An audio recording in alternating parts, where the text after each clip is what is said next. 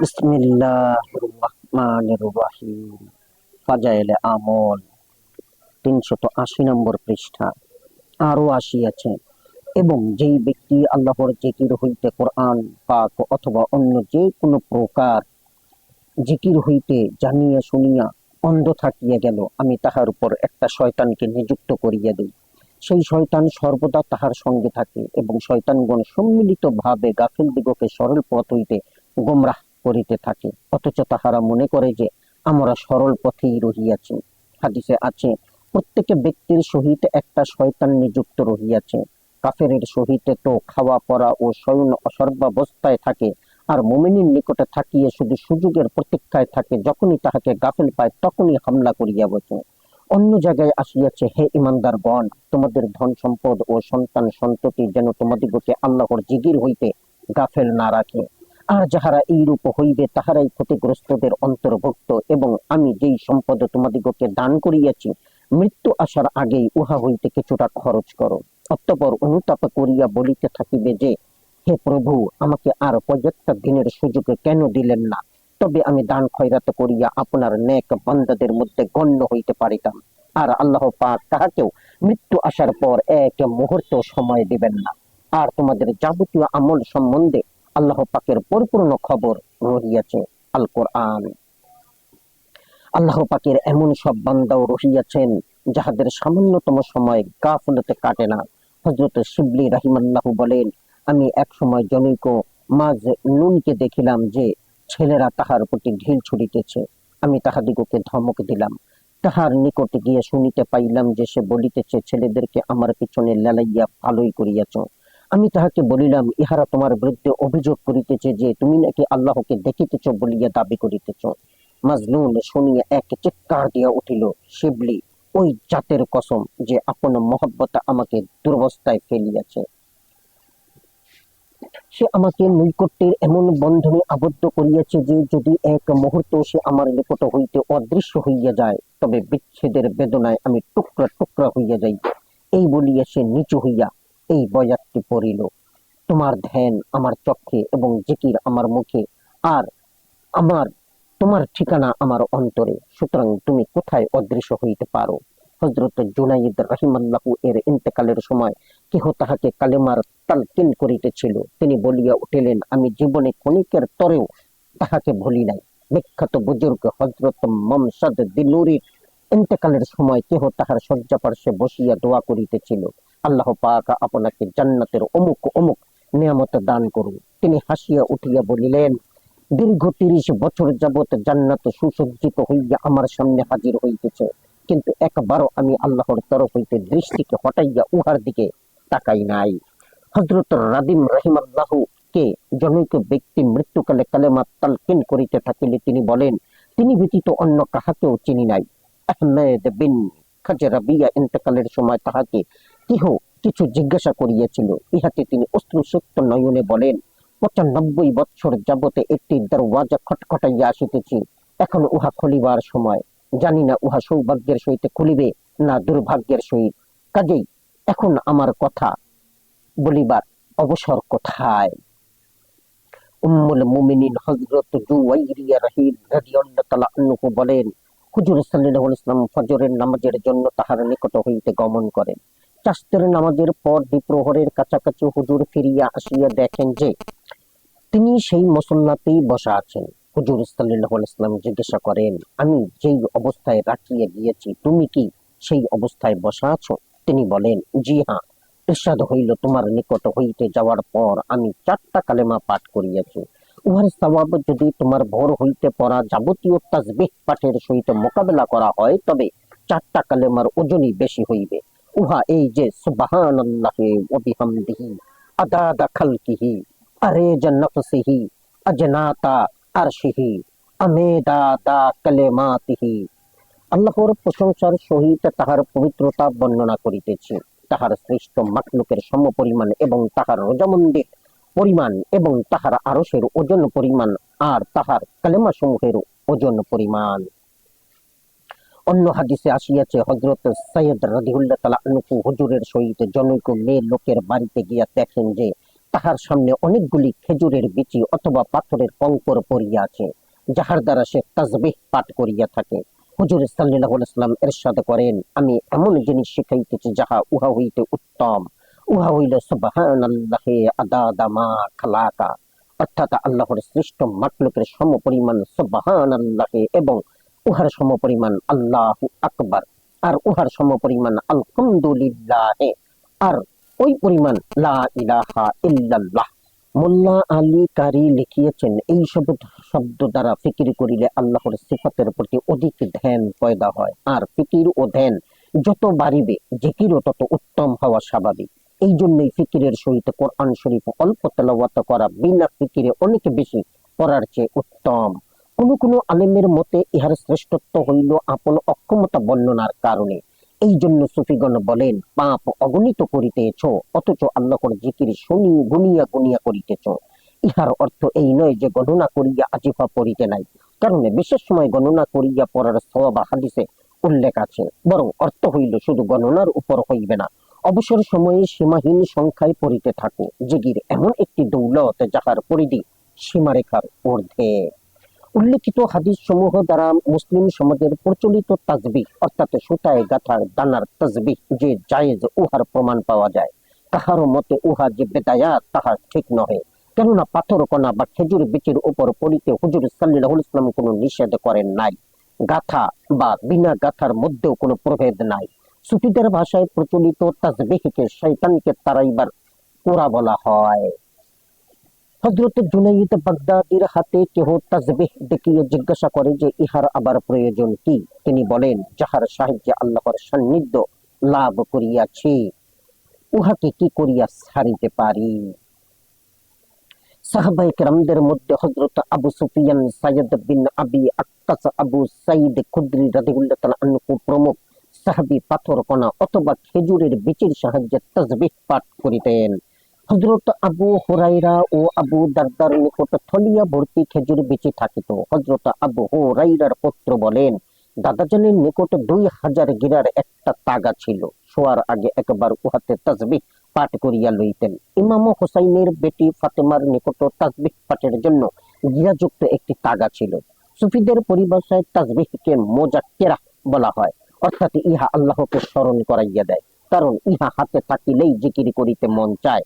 হযরত আলী রাদিয়াল্লাহু তাআলা আনহু হইতে বর্ণিত, হুজুর সাল্লাল্লাহু আলাইহি ওয়াসাল্লাম ইরশাদ করেন, তাসবিহ কি চমৎকার বস্তু যাহা আল্লাহকে স্মরণ করাইয়া দেয়। মাওলানা আব্দুল হাই লাকনুবি এই প্রসঙ্গে একটি হাদিস বর্ণনা করিয়াছেন, যার অর্থ হইল হযরত মাওলানা হইতে উপরের সিলসিলার সমস্ত উস্তাদ আপন শাগিরকে তাসবিহ দান করিয়াছেন ও পড়ার ইজাজত দিয়াছেন। বর্ণনা এইভাবে, হযরত জুনাইদ বাগদাদীকে জনৈক শাগিরদ প্রশ্ন করেন, হুজুর, আপনি বুজুর্গের উচ্চ শিখরে পৌঁছিয়াও হাতে তাসবিহ কেন রাখিয়াছেন? তিনি বলেন, আমি আমার উস্তাদ সিররি রাহিমাল্লাহুকে এইভাবে প্রশ্ন করি, তিনি তাহার উস্তাদ মারুফা কারকিকে বলেন, আমি আমার উস্তাদ বাশার হাফি রাহিমাল্লাহুকে এইভাবে প্রশ্ন করি, তিনি তাহার উস্তাদ ওমর মাক্কিকে এইভাবে প্রশ্ন করেন, তিনি তাহার উস্তাদ শফিকুল শিরোমণি হযরত হাসান বসরি রাহিমাল্লাহুকে তাহার হাতে তাসবিহ দেখিয়া জিজ্ঞাসা করেন যে, হুজুর, আপনি মারফতের উচ্চ শিখরে পৌঁছিয়াও হাতে তাসবিহ করিতেছেন? তিনি বলেন, তাসাউফের প্রাথমিক স্তর হইতে উহা দ্বারা তারাক্কি করিতে থাকি। বর্তমানে শেষ সময় উহাকে কি করিয়া ছাড়িতে পারি? আমার ইচ্ছা উহার সাহায্যে আল্লাহর জিকির করিতে থাকি। হযরত আলী ও ফাতেমার আমল। হযরত আলী রাদিয়াল্লাহু তাআলা আনহু আপন একজন শিষ্যকে বলেন, আমি কি আমার এবং হুজুরের কন্যা ফাতেমার বর্ণনা তোমাকে শুনাইব না? ফাতেমা ছিলেন পরিবারের মধ্যে হুজুরের সবচেয়ে আদরে। শিষ্য বলিলেন, নিশ্চয়ই শুনাইবেন। তিনি ফরমাইলেন, হযরত ফাতেমা স্বহস্তে চাক্কি পিষিতেন, ফলে তাহার হাতে দাগ পড়িয়া যায়। মশক ভরিয়া স্বয়ং পানি উঠাইতেন, যার ফলে তাহার বুকে রশির নিশানা পড়িয়া যায়। ঘরে নিজ হস্তে ঝাড়ু দিতেন, যদ্দরুন কাপড় চোপড় প্রায় ময়লা থাকিত।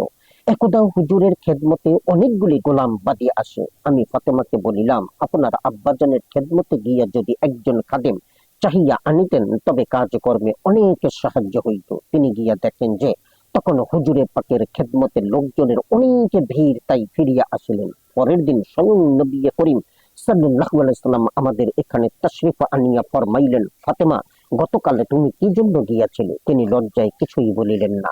আমি আরজ করিলাম, হুজুর, তিনি চাকরি চালাইতে চালাইতে হাতে দাগ পড়িয়া গিয়েছে, মশক উঠানের দরুন বুকে দাগ পড়িয়া গিয়েছে, ঘরে ঝাড়ু দেওয়ার প্রায় কাপড় চোপড় ময়লা থাকে। গতকালেও হুজুর সাল্লাল্লাহু আলাইহি ওয়াসাল্লাম এর খেদমতে কিছু গোলাম বাঁধিয়ে আসায় আমি বলিয়াছিলাম, একটা খাদেম চাহিয়া আনিলে হয়তো কাজকর্মে সাহায্য হইত। হুজুর সাল্লাল্লাহু আলাইহি ওয়াসাল্লাম ইরশাদ করেন, ফাতেমা, আল্লাহকে ভয় করো, তাহার ফরজ আদায় করিতে থাকো। তুমি ঘরের কাজকর্ম নিজ হাতেই করিতে থাকো এবং যখন শয়ন করিবে তখন ৩৩ বার সুবহানাল্লাহ, ৩৩ বার আলহামদুলিল্লাহ আর ৩৪ বার আল্লাহু আকবার পড়িয়া লাও। এই আমল খাদেম হইতেও উত্তম। তিনি বলেন, আমি আল্লাহ ও রাসূলের ব্যবস্থার উপর সন্তুষ্ট আছি। অন্য হাদিসে আছে, হুজুর সাল্লাল্লাহু আলাইহি ওয়াসাল্লাম এর দুই ফুফাতো বোন এবং ফাতেমা হুজুরের খেদমতে গিয়া নিজেদের কষ্টের কথা প্রকাশ করিয়া খাদেম চাহিলে পর হুজুর সাল্লাল্লাহু আলাইহি ওয়াসাল্লাম বলিলেন, তোমাদের চেয়ে খাদেম পাওয়ার বেশি উপযুক্ত হইল বদরের এতিমগণ। আমি তোমাদিগকে খাদেম হইতে উত্তম জিনিস বাতলাইতেছি, উহা হইল প্রত্যেকের নামাজের পর ৩৩ বার সুবহানাল্লাহ, ৩৩ বার আলহামদুলিল্লাহ ও ৩৪ বার আল্লাহু আকবার পড়িবে এবং একবার পড়িবে লা ইলাহা ইল্লাল্লাহু ওয়াহদাহু লা শারীকা লাহু লাহুল মুলকু ওয়া লাহুল হামদু ওয়া হুয়া আলা কুল্লি শাইইন কাদির। হুজুর সাল্লাল্লাহু আলাইহি ওয়াসাল্লাম আপন পরিবার বর্গ ও প্রিয়জন দিগকে বিশেষভাবে এই সব তাসবিহাতের নির্দেশ দিতেন। উপরের হাদিসে পার্থিব কষ্ট এবং পরিশ্রমের মোকাবেলায় হুজুরে পাক সাল্লাল্লাহু আলাইহি ওয়াসাল্লাম এই সব তাসবিহ শিক্ষা দিয়েছেন। ইহার জাহিরি কারণ এই যে মুসলমানের জন্য দুনিয়ার কষ্ট কোনো কষ্টই নয়, তাহাদিগকে ক্ষণস্থায়ী পার্থিব কষ্ট হইতে দৃষ্টি হটাইয়া আখিরাতের চিরস্থায়ী শান্তির সামগ্রী বাড়াইবার জন্য উৎসাহ দেওয়া হইয়াছে। তদুপরি এই সব তাসবিহাতের মধ্যে দিনী উপকার ছাড়া দুনিয়াবী উপকার যথেষ্ট রহিয়াছে। যেমন হাদিসে বর্ণিত আছে, শেষ জামানায় যখন দাজ্জালের হামলা হইবে তখন ফেরেশতাদের রিজিক মুমিনদের রিজিক হইবে, অর্থাৎ তাসবিহ ও তাকদিস যাহারা এই সব তাসবিহ পাঠে লিপ্ত হইবে, আল্লাহ পাক তাহাদের ক্ষুধা তৃষ্ণা দূর করিয়া দিবেন। এই হাদিস দ্বারা প্রমাণিত হয় যে খানাপিনা ব্যতীত শুধু জিকিরের দ্বারাই মানুষ বাঁচিতে পারে। দাজ্জালের যুগে সাধারণ মুমিন বাঁচিতে পারিলে এই জামানার খাস খাস মুমিন বাঁচিয়া থাকা তেমন কোনো মুশকিল নয়। বুজুর্গানে দিনের এমন বহু ঘটনা বর্ণিত আছে যে তাহারা কয়েক দিন যাবৎ না খাইয়া অথবা অল্প খাইয়া অতিবাহিত করিতেন।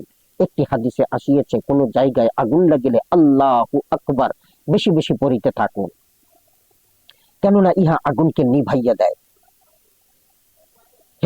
হাসিনে আসিয়াছে, অধিক পরিমাণ শারীরিক পরিশ্রম হইলে অথবা শক্তি বৃদ্ধির ইচ্ছা করিলে শুইবার সময় ৩৩ বার সুবহানাল্লাহ, ৩৩ বার আলহামদুলিল্লাহ ও ৩৪ বার আল্লাহু আকবার পড়িবে, অথবা প্রত্যেক কালেমা ৩৩ বার পড়িয়া পড়িবে, অথবা যে কোনো একটা ৩৪ বার পড়িবে।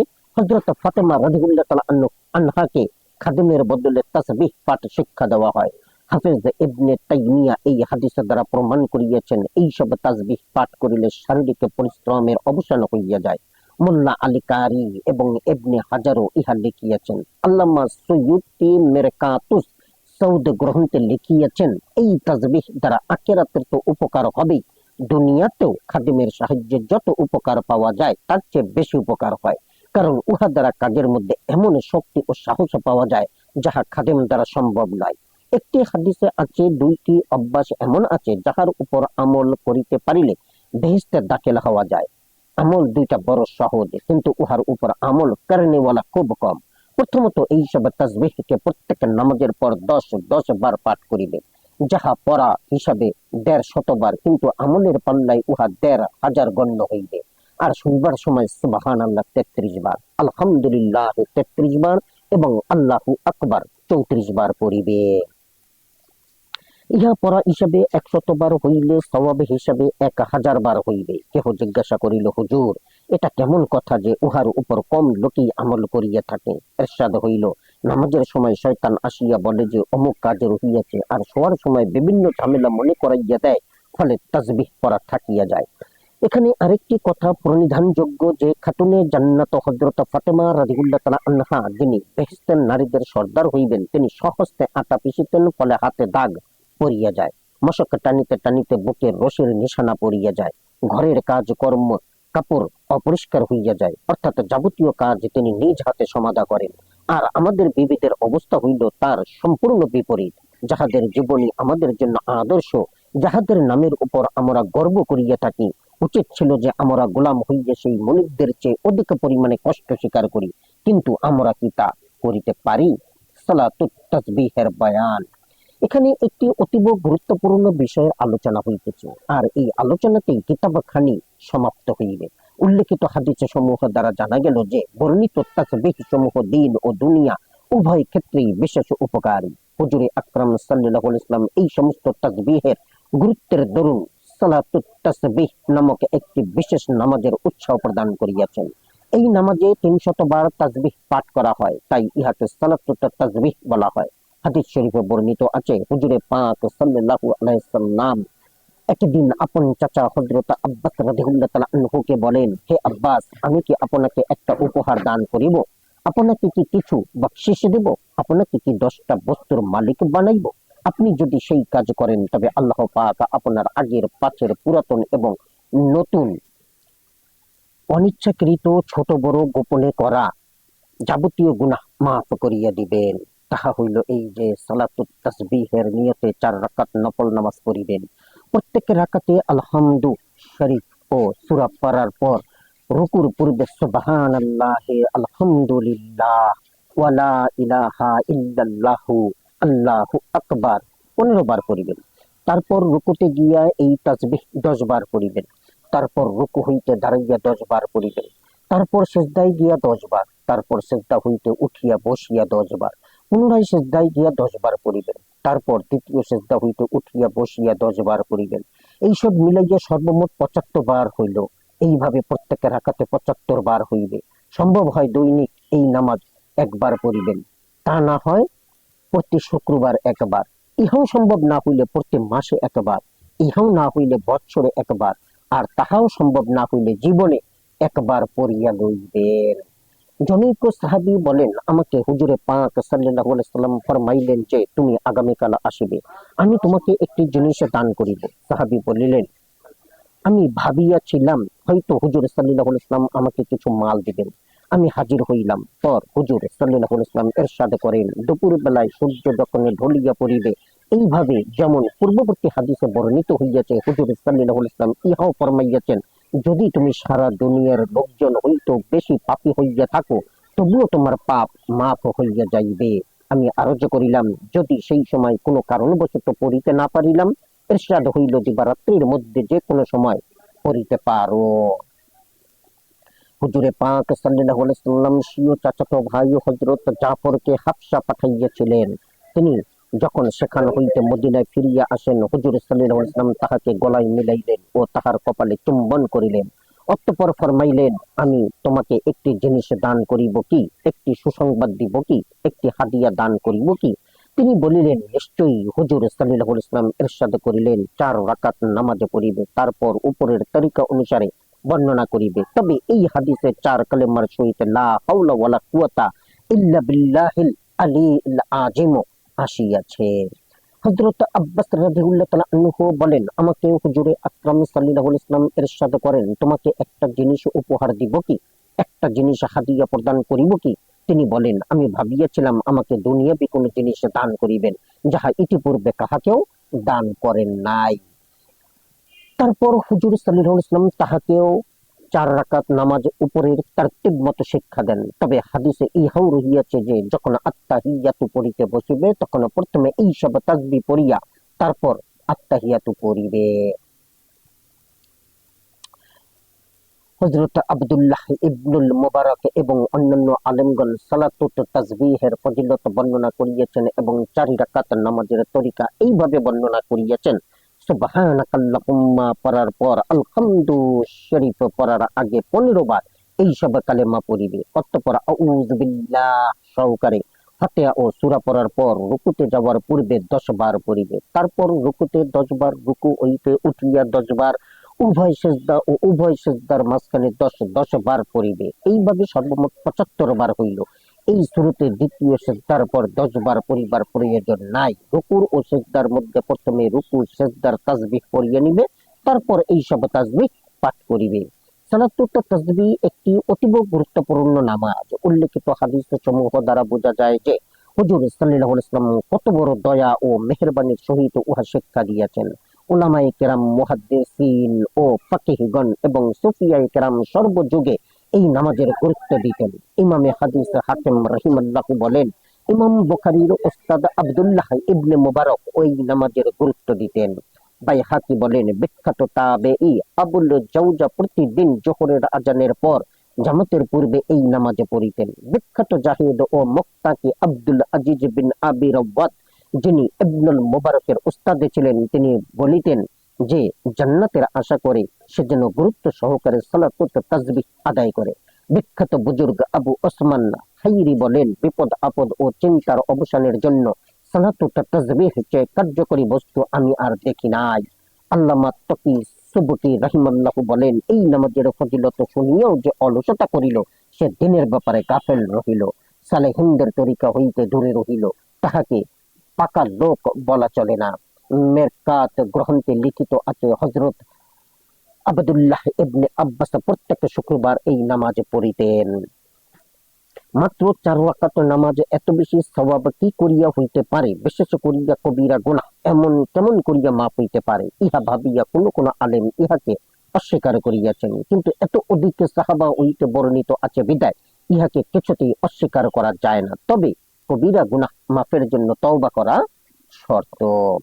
উপরে বর্ণিত হাদিস সমূহে এই নামাজকে পড়িবার 2টি নিয়ম বর্ণিত রহিয়াছে। প্রথমত, দাঁড়াইয়া আলহামদু শরীফ ও সূরা পড়ার পর 15 বার এই তাসবিহ পড়িবে। তারপর রুকুর তাসবিহ পড়িয়া 10 বার পড়িবে।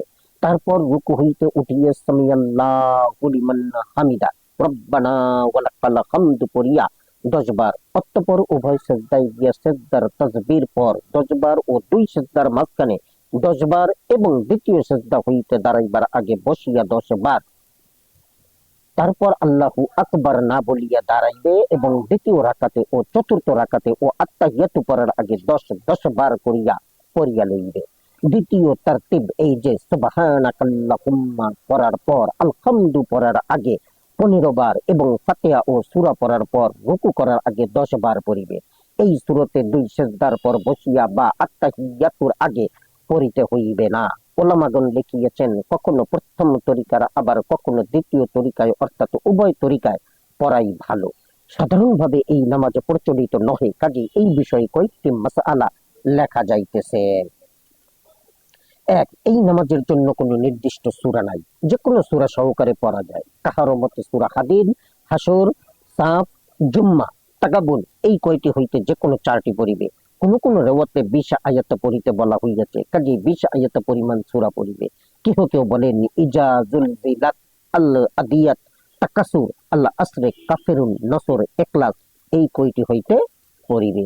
2, এই তাসবিহ সমূহকে কখনো মুখে 1 2 করিয়া গণনা করিবে না, ইহাতে নামাজ ফাসেদ হইয়া যাইবে। আঙ্গুল সমূহকে বন্ধ করিয়া তাসবিহ হাতে লইয়া গণনা করা মাকরুহ। সবচেয়ে উত্তম হইল আঙ্গুলকে একটু দাবাইবে। 3, কোন জায়গায় তাসবিহ পড়িতে ভুলিয়া গেলে পরবর্তী রুকুনে উহা কাজা করিবে, তবে রুকু হইতে উঠিয়া বা 2 সিজদার মাঝখানে বা প্রথম বা তৃতীয় রাকাতের পরে বসিয়া কাজা করিবে না। যেমন রুকুর মধ্যে ভুলিয়া গেলে উহাকে প্রথম সিজদায় ও প্রথম সিজদায় ভুলিয়া গেলে দ্বিতীয় রাকাতের শুরুতে পড়িবে, আর তাহাও থাকিয়া গেলে শেষ বৈঠকে আত্তাহিয়াতুর আগে পড়িয়া লইবে। 4, কোন কারণবশত সহু সিজদা ওয়াজিব হইলে সেই সহু সিজদার ভিতর পড়িবে না। হ্যাঁ, আগে কোথাও থাকিয়ে গেলে উহার মধ্যে পড়া যায়। 5, কোন কোন হাদিসে আসিয়াছে তাশাহুদের পর সালাম ফিরাইবার আগে এই দোয়া পড়িবে, হে আল্লাহ, আমি হেদায়েত প্রাপ্তদের মতো তৌফিক কামনা করি, এতিম ওয়ালাদের মতো আমল ও তওবাকারীদের মতো ইখলাস প্রার্থনা করি, সবরকারীদের মতো মজবুতি ও আপনাকে যাহারা ভয় করে তাহাদের মতো কোশেষ, অনুরাগীদের মতো চাওয়া ও পরহেজগারদের মতো ইবাদত, ইলম ওয়ালাদের মতো মাগফিরাত প্রার্থনা করি, যেন তোমাকে ভয় করিতে থাকি। হে আল্লাহ, আমি এমন ভয় যেন লাভ করি যদ্বারা আপনার নাফরমানি হইতে বিরত থাকিতে পারি। আমি আপনার অনুসরণ করিয়া এমন আমল যেন করিতে পারি যার দরুন আপনার সন্তুষ্টির যোগ্য হইতে পারি, এবং ইখলাসের সহিত যেন তওবা করিতে পারি, আর আপনার সহিত মধুর সম্পর্কের দরুন যেন আপনার উপর পূর্ণ ভরসা করিতে পারি। হে নূরের স্রষ্টা, আপনার জাত পবিত্র। হে আমাদের প্রভু, আমাদিগকে পূর্ণ নূর দান করুন। আপনি আমাদিগকে ক্ষমা করুন। নিশ্চয়ই আপনি প্রত্যেক জিনিসের উপর কুদরতওয়ালা। আমার দরখাস্ত মঞ্জুর করুন। ইয়া আর রহমান রাহিমিন। 6, মাকরুহ সময় ব্যতীত দিবা রাত্রের যে কোনো সময় এই নামাজ পড়া যায়, তবে সূর্য ঢলিয়ে যাবার পর পড়া উত্তম, তারপর দিনে, তারপর রাত্রে। 7, কোন কোন হাদিসে কালেমায়ে সুয়ামের সহিত লা হাওলা ওয়ালা পড়ার নির্দেশ আসিয়েছে, কাজেই কখনো উহাকে বাড়াইয়া পড়া উত্তম। আমানতু বিল্লাহ। জাযাকুমুল্লাহ খাইরান। আসসালামু আলাইকুম।